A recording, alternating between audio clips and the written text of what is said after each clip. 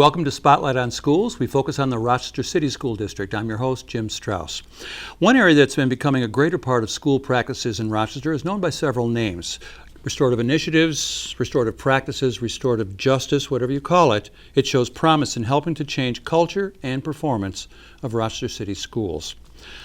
After retiring from a career as a counselor in the Rochester City School District, Jeanne Carlivati transitioned to Partners in Restorative Justice, which works to create and foster relationships among the people that it works with.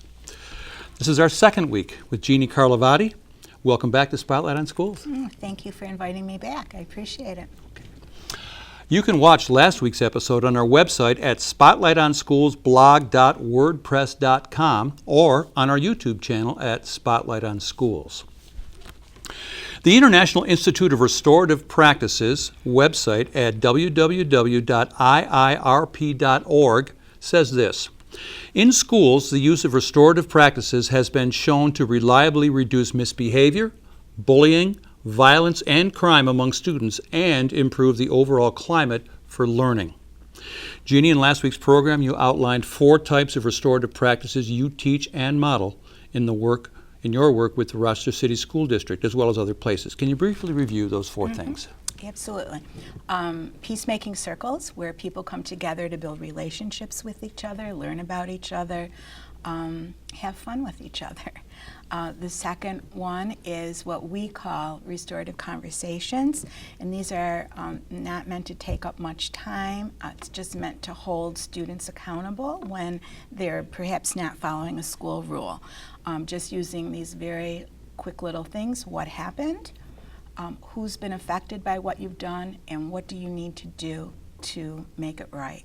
Always holding kids accountable. The third thing is peer mediation, and that would be when 2 or more students are equally contributing to a conflict. They come together with trained students who help facilitate a conversation, also focusing on their needs, how they've been affected, and what they need to make things right. That has a formal written agreement that someone follows up with, usually a week later, to see if people are still holding to their agreement.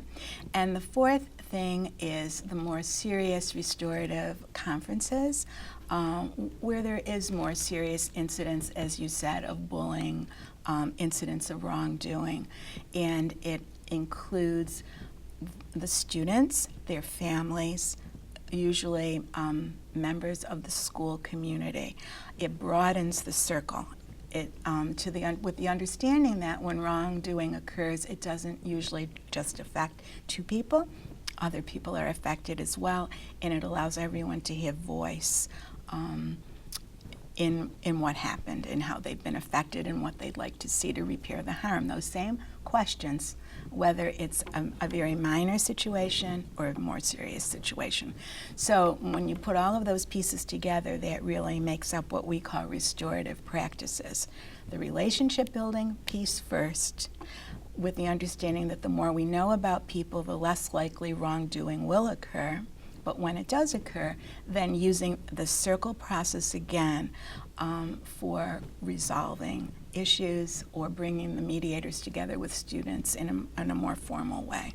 Okay, now you've been conducting training in these areas for a number of years, and you've talked to several different groups of people within the district. Can you talk about those groups? Well, we've trained so many different people in the district over years. This is not the first time that we've done things, but this is the first year that the Rochester City School District has truly embraced restorative practices, and we actually had 15 pilot schools last year. And so we've trained teams of people from each of those 15 buildings, and we've helped them in any way we can. Most of the teams went through what we call our Train the Trainer model, which is more of an intense 4-day model on how to really run circles for relationships as well as conflict, but then also helping them to figure out what they need in their own buildings to really work on the school climate and help everyone feel comfortable and happy and safe, and create an environment where everyone would like to be. Some schools are certainly in different places because every school is slightly different. Some schools started out in a much stronger place than others did. But we're seeing wonderful progress in all 15 schools. Okay, I want to hold that conversation. We'll get a little more into that later, but you start with administrators, go to teachers. How does that progress? Ideally, we should start with administrators. When we began, historically, several years back, we would go to where schools invited us, and it didn't always include administrators. Not that administrators didn't want their staffs trained, but we've learned through trial and error that you really need to have administrative buy-in. So through the years, we've certainly trained a large number of administrators in the district, mostly staff though, because they really do the bulk of the work, especially the relationship building work. We've also trained students though in schools where we've had programs that have been more institutionalized. We find it's so helpful to have students trained. For the mediators, for example? Not just, well, mediators, of course, but training students how to facilitate these circles so they can co-facilitate with an adult. So it could be a student and an adult facilitating a circle, or two students facilitating circles. How do parents fit in this? We now, this year, we have done 2 actual one-day parent trainings. We're hoping to do many, many more this coming school year, but certainly parents fit in. If a school is going to embrace restorative practices and they're using it as part of their own behavioral code, then parents certainly need to have an understanding. So we do overviews in a lot of the buildings so parents understand what happens in a particular building if wrongdoing occurs. Okay. Well, let's move on to a different subject. That is the code of conduct, although it's somewhat connected. In an email conversation we had, you said you were not directly involved with the development of the Rochester City School District's new code of conduct. When we examined that section together, we agreed that it closely resembled the philosophy of Partners and Restorative Initiatives. What was your involvement in the development of the code of conduct?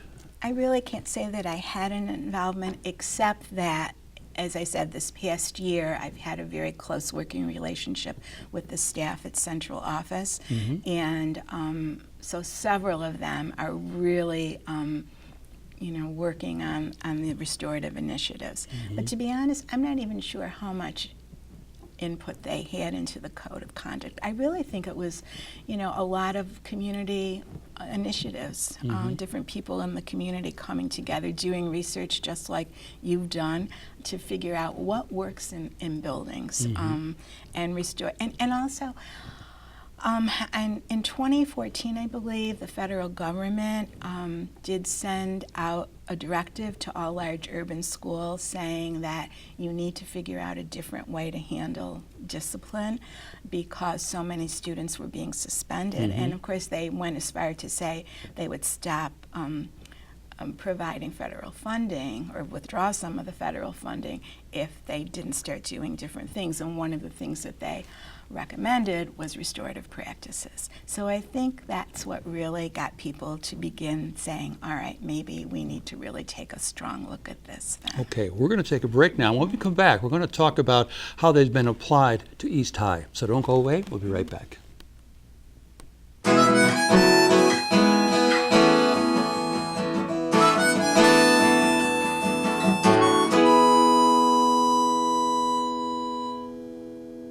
Welcome back to Spotlight on Schools. We're talking with Jeanne Carlivati from Partners in Restorative Justice. The question I want to talk about now is the restorative practices in East High. For those of you who may not be aware, an agreement was reached between the Rochester City School District and the University of Rochester for the U of R to take over operation of East High beginning last fall.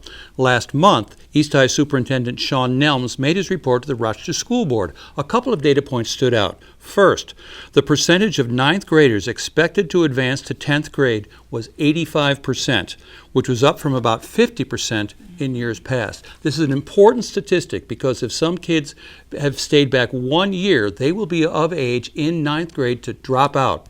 That 85% will go to 10th grade as opposed to 50% in previous years. This is an important change. Here's the second piece.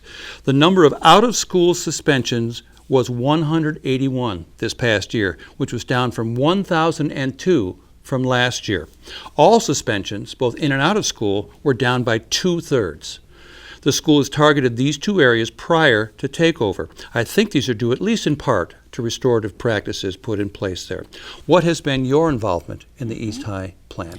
Well, in the planning year, I was good friends with someone who worked at Warner School, and she knew that was one of the things that East wanted to do. They wanted to infuse restorative practices. Just Warner School is a school of education at the University of Rochester. Right. Thank you for clarifying that. And so she said, she came to me and said, can you come and do a presentation? And I did, and I explained what it was. And so over time, while I didn't have a lot of involvement because they had done a lot of their own research, I helped to clarify things, but their plan, which was their own, was to have every student be a part of a family group and every adult be trained in how to run circles, those restorative circles that we talked about earlier. And so last summer, our organization, which by the way is Partners in Restorative Initiatives, I have to get that little thing in, not Restorative Justice, because it's not just about wrongdoing. I'll fix that right now. Yeah, thank you. If I didn't say that, our board would be very upset with me. They felt every single adult in the building needed to be part of a family group. And so we did lots and lots and lots of training at East last summer. Over 200 people we trained. And as you know, people interviewed to get their position at East, whether they were part of the school originally or not. So everyone had to make a commitment to support restorative practices. So we did train all 200 people. The groups were formed, and they were pretty much grade specific. And there were about 8 to 10 students in a group, and they met every single day for 30 minutes with the adult. And as a staff, they came up with what they wanted to be called, and the term is carent, C-A-R-E-N-T, like a parent. Yeah. So away from home, and who cares about them? So every carent had a group of 8 to 10 students. And while some, I would say most of the family groups worked very well. Some of the younger students in the beginning, the incoming 6th, 7th, and 8th graders weren't, well, especially the incoming 6s and then 7th and 8th graders who had been there, it was different. What are we doing? This seems stupid. But over time, the teachers did a really nice job of working with them. And the same thing with the upper school, 10th, 11th, and 12th grade. They all were assigned as well to a family group. And so the purpose of that family group to come together every day is to just provide support for students, to allow them a place to have voice, to build relationships within the group, to know that there's a group of people that you can trust if things aren't going well. The parent, though, was also responsible for looking at report cards, monitoring grades, being the first line of defense with families if things were not going well. And, they were really the parent away from home. So last year the focus was really and truly on the relationship building, and I think they did a very good job with it. Was it perfect? Of course not. It takes 3 to 5 years to change a culture of a building. So they had problems last year, but I think no one gave up, and that was the important thing. And I did see things happen that were very positive, including in the lower school, training a whole group of students in peer mediation. So that became a pretty strong model in the lower school also. This year, because what we all know, those of us who have done this work for a while, it's not just one thing that makes a school a restorative school. You can circle all you want, but there needs to be other pieces in place, and one of them is really holding kids accountable for their behavior. And I think that was one of the things that was frustrating for staff last year, is that there always wasn't the accountability. Yes, the suspension rates were down, but if you talk to staff, they didn't always feel that kids, that maybe they got off the hook too much and weren't being held accountable for changing the behavior. I want to interrupt here and make a comparison to Oakland schools. You emailed to me an attachment that was an executive summary of the restorative justice effort in the Oakland schools, which began in 2005. So it's basically, this is about 10 years of their experience. And what you've described are some of the problems they encounter. But first of all, the areas of success: behavior, school climate, academic achievement. Some amazing recoveries there. But on another page, it talked about the challenges that remained even after 10 years. The top of the list was limited time in the day to implement it. There isn't enough time to do all these things. Number 2, buy-in on the part of staff and administration. Apparently there were some people who pushed back, who still won't buy into all of it. 3, limited training and limited staffing, that is, some people who could be resources who are available. 4, administrative support.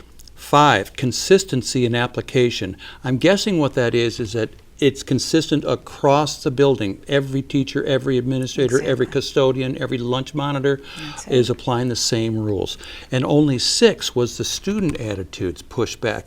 I thought 6 would be higher.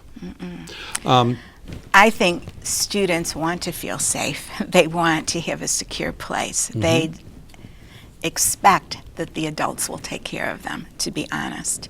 And that you'll always have pushback. In the most ideal system, there's always going to be someone who isn't happy with things. But I think when you really can show that consistently things are improving, you get more and more people on board then. And I do think, because I have done circles with the administrators and the security staff, and just a few weeks ago I met with half of the staff, and I had a part of the group at East High. And you know, they're the thing that I love about them, they are not giving up hope. You know, they are very excited about the start of the new year, because they know that the new year there will be certain things that will be in place that weren't in place last year. So there's still tremendous commitment to make this work. And I think the thing that everyone is going to see more of this year at East is rules that everyone understands clearly, and expectations for everyone that will be enforced in a more comprehensive way. Okay. Can we hold that till after the thought? Because we're out of time for this segment. Please come back. We'll finish up East High and talk about the rest of the district. We'll be right back.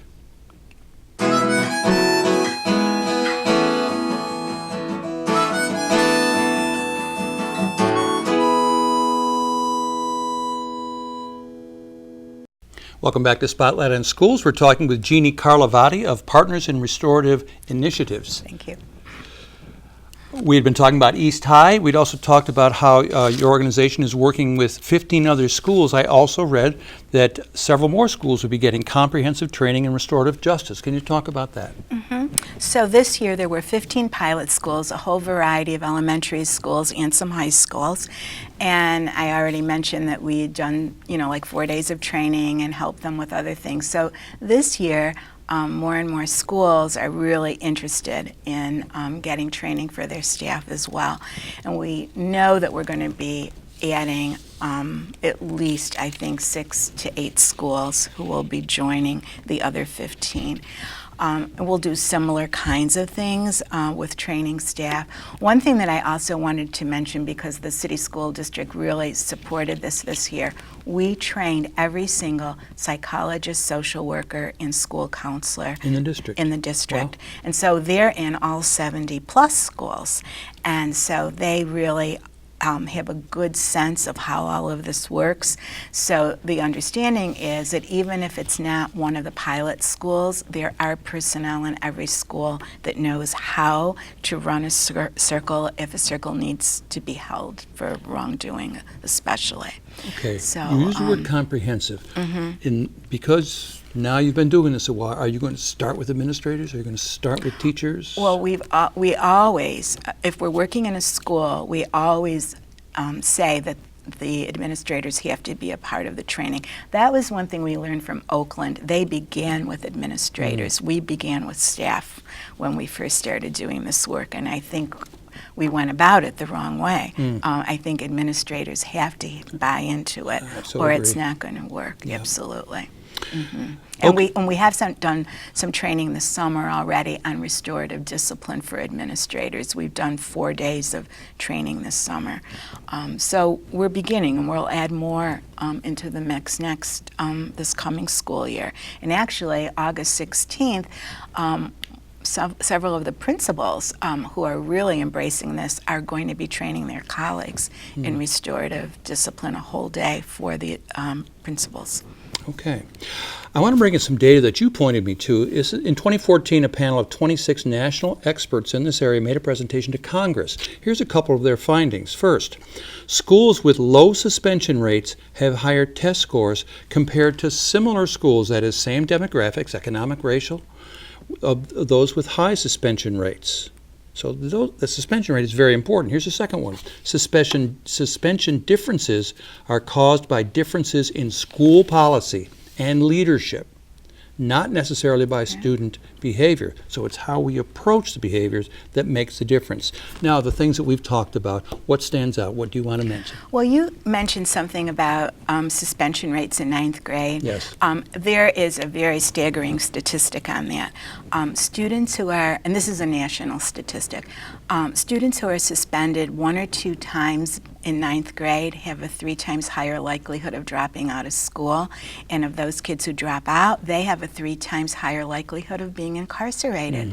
75% of people sitting in our American prisons and jails are high school dropouts. So, this falls to all of us. We have to fix this problem. Suspending kids, using zero tolerance.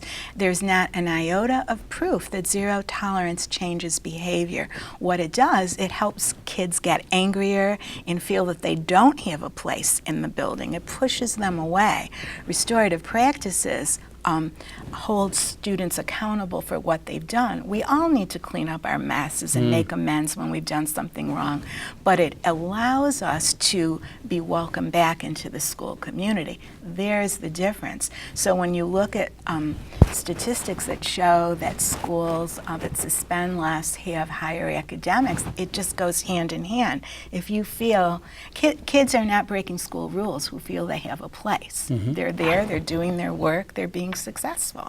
And that's what we want to see happen for all students. And I think restorative practices is a very, very strong way to make that happen. And we've seen schools that have had huge successes.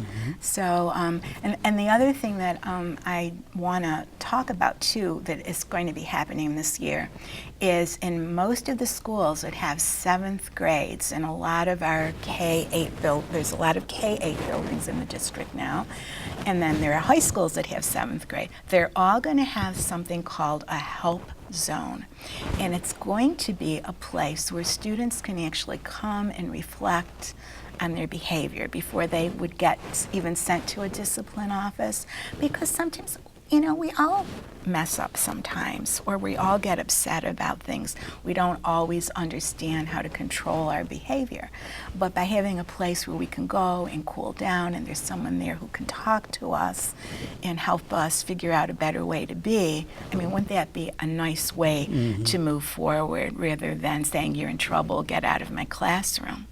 Sort of like time out for bigger kids. It's even more than time out, but yes, I guess you can look at it that way. But it's really that reflective piece of how do I get out of that place where I'm stuck and only seeing things in a certain way. Because children, we hear about poverty in this community, and there's no doubt that it's there. And what happens with children and living in poverty, they have many levels of trauma in their lives, and you get stuck in your thinking. You're in that fight, flight, or freeze place because you're thinking with your brainstem, not with your frontal part of your brain where you can reason. And so sometimes kids just can't even learn because they are so stuck there. And I think those help zones are going to help children really calm down, kind of gather up their resources and move forward in a better way. I just think it's very, very positive, and schools in Oakland developed a lot of these amazing help zones. Okay, you've sort of backed into my last question of the interview, and that is, we haven't said much today or last week about poverty and racism, yet these are significant problems in Rochester. And they're getting attention in the district. Where does restorative practices fit into these discussions?